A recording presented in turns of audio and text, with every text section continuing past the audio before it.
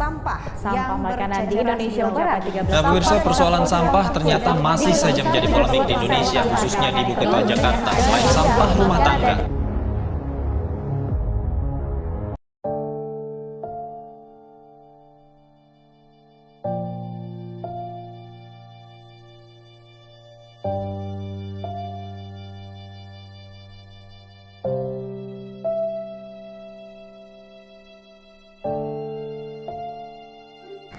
berbicara tentang sampah telah menjadi topik mutlak yang menjadi permasalahan di negara kita, negara Indonesia.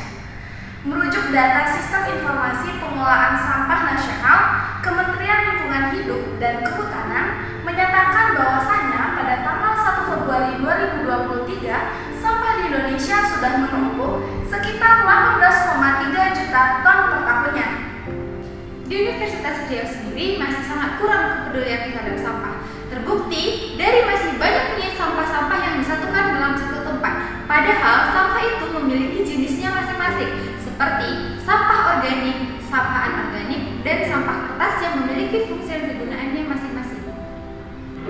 Berdasarkan sumber Sustainable Waste Indonesia, ternyata pengelolaan sampah di Indonesia masih tidak efektif. Nyatanya, 7% masih dilakukannya daur ulang, 24% dilakukannya illegal dumping, dan 69% sampah di Indonesia masih tertumpuk di TPA. Banyak hal yang dapat kita lakukan untuk mengelola sampah yang baik sesuai dengan jenisnya. Bahkan ada sampah yang dapat didaur ulang dan dapat menghasilkan uang.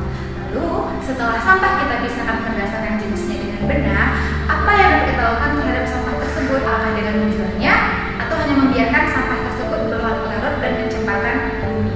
Dalam pengelolaan sampah yang baik, kita dapat melakukannya dalam 3R: reduce, reuse, dan recycle. Reduce adalah salah satu bentuk upaya yang dapat kita lakukan untuk mengurangi bahan-bahan yang dapat merusak lingkungan.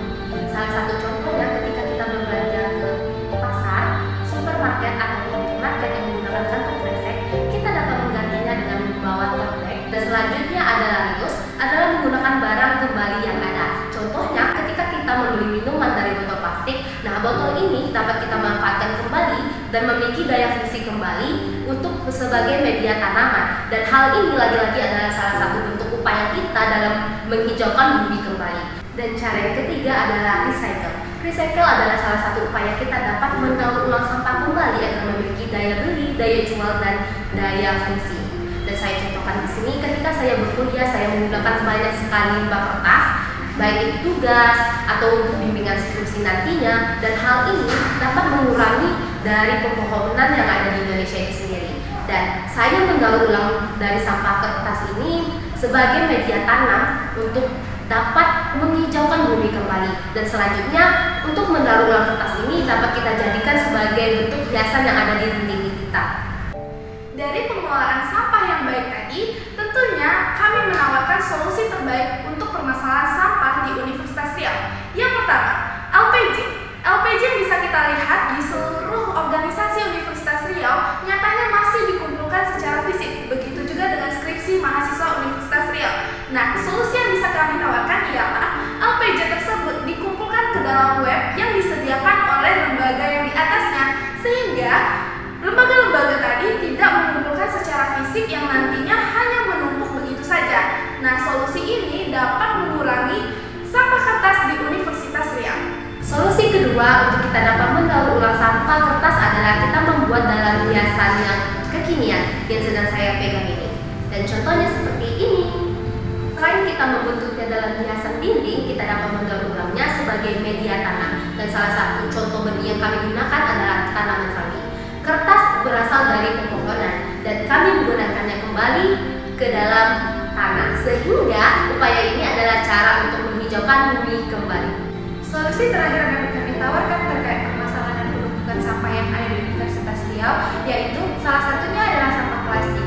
Himapodi PPKN memiliki salah satu divisinya, yaitu divisi dana usaha, di mana divisi ini dapat memanfaatkan limbah plastik menjadi bahan yang dapat diperjualbelikan seperti sebuah kerajinan yang cantik dan dapat dijualkan kembali dan menghasilkan uang. Dan dengan cara ini, Himapodi PPKN dapat menghasilkan mahasiswa yang kreatif dan peduli terhadap lingkungan, terutama permasalahan sampah. Dan secara tidak langsung, Himapodi PPKN akan menghasilkan mahasiswa yang citizenship tadi tentunya akan menjadi upaya dari masyarakat Indonesia untuk mencapai target Indonesia di tahun 2025, yakni Indonesia yang bersih dengan 70% penanganan sampah dan 30% pengurangan sampah. Kalau bukan kita,